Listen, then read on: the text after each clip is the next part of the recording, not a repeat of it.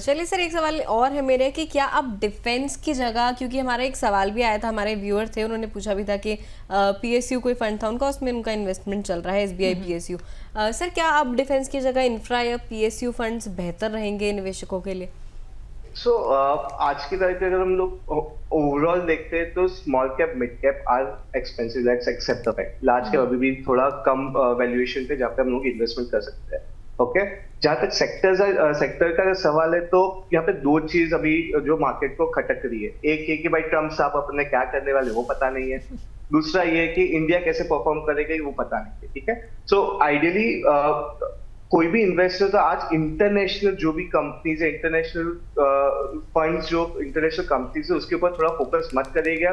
जो भी आपके फंड है जो इंडिया फोकस है, जैसे कंजम्पशन हुआ, टू दैट इफेक्ट इंफ्रा हुआ या बैंकिंग एंड फाइनेंशियल हुआ, वो सब में आप इन्वेस्टमेंट करोगे तो अच्छा रहेगा।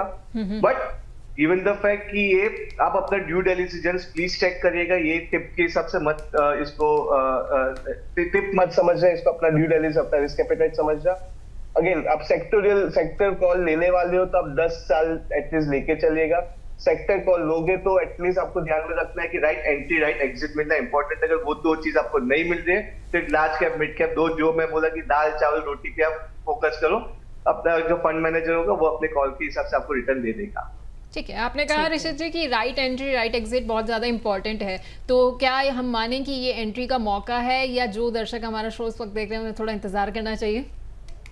यहाँ पे मैं एक चीज वॉरेन बफेट ऑलवेज बोलते हैं कि ये ना, time in the market is more important than timing the market. क्योंकि जब मैं मार्केट टाइम करने के लिए जाता हूँ तो यहाँ पे दो चीज या तीन चीज बहुत इंपॉर्टेंट हो जाती है। एक राइट एंट्री मिल गई तो राइट एग्जिट चाहिए, तो राइट एग्जिट भी मिल गया तो राइट री एंट्री मिलनी चाहिए। तो तीन चीज होनी बहुत डिफिकल्ट हो जाती है प्रॉब्ली।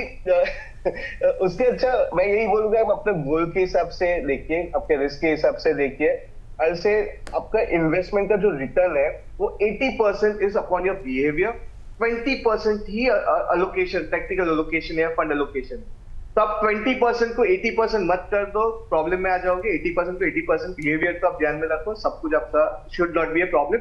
यहाँ पे अगेन जहां तक कोई भी इन्वेस्टर, आपका सवाल है, जहां तक कोई भी इन्वेस्टर है से 5 years के अबाव है तो वो इक्विटी एलोकेशन ले सकते हैं, जहां पे 3 और 5 साल के बीच में आप उनका इन्वेस्टमेंट टेन्योर, तो आप हाइब्रिड फंड ले लीजिए। 3 साल के नीचे वाले जो भी इन्वेस्टर गोल है, प्लीज आप कोई भी इक्विटी एलोकेशन मत देख लीजिएगा। ठीक है सर। सर, वैसे तो थोड़ी देर पहले आपने ये बात मेंशन करी थी कि अगर पास परफॉर्मेंस देखकर कोई निवेश कर रहा है तो मतलब वो रियर व्यू मिरर देखकर निवेश कर रहा है तो एक्सीडेंट तो होना ही होना है सर। लेकिन फिर भी अगर हम डिफेंस फंड्स की बात करें पास परफॉर्मेंस को देखते हुए, क्या रिटर्न अब सस्टेनेबल है?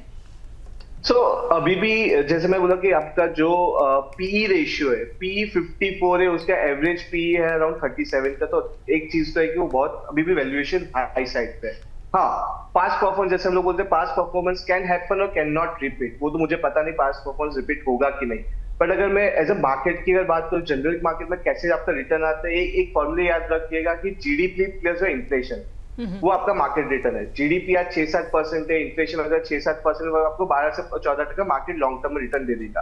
पर जहां पे अगर कंट्री ने, इंडिया ने बहुत प्रॉस्पर कर दिया, जीडीपी बढ़ गया, इन्फ्लेशन कम हो गया है, कोई भी एंगल आता है तो आपके numbers will keep on changing. Okay, but overall अगर इंडिया की मैं बात करूं तो we are saying that it's going to be India's decay.